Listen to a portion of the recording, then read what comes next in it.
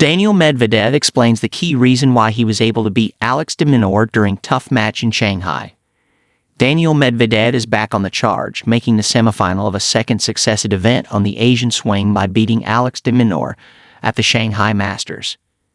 Medvedev has endured a rotten year, but after finally overcoming Learner Tien at the third time of asking this year, he must be starting to think his luck is turning. Medvedev has an emerging rivalry with Tien, and after he lost unexpectedly to the teenager at the Australian Open, his year has spiraled out of control. Medvedev admitted he was scared by Tien in a last 16 contest yesterday, but in today's quarterfinal against de Minaur, there were no such concerns. Daniil Medvedev shares why he thinks he beat Alex de Minaur.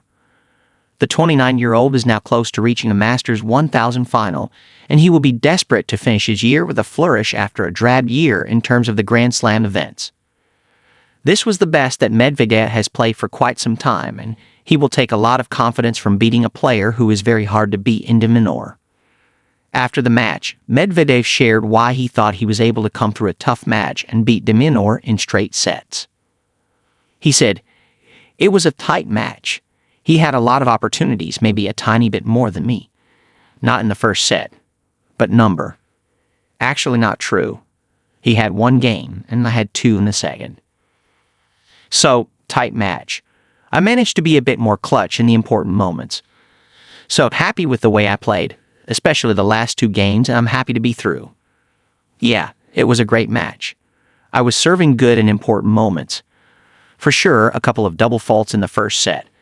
I was soaking wet. It was so tough to hold the racket.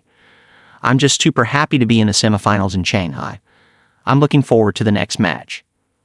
Yeah, when you play against Alex, when I play against Alex, we both like to make the opponent play an extra shot. So when we both do it, it makes a long rally.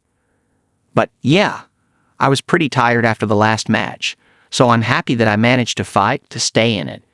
It was tough on me physically, but I managed to run, to bring back the balls, to make some winners when I needed. And to finish with an ace was also a good feeling.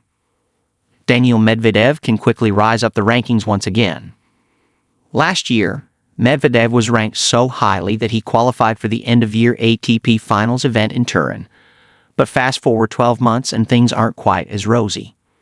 A poor year in the big events has seen him slip to number 18 in the world rankings. And for a player who was the world number 1 in February 2022, it simply won't do. That said, Medvedev has showcased the ability to win matches once again, and he will hope to build up some momentum in the closing stages of 2025 to carry forward into the Australian Open in 2026. The Russian played superbly well against de Minaur, and with Arthur Rinderknech next to come in the last four, he will fancy his chances of reaching another Masters 1000 final.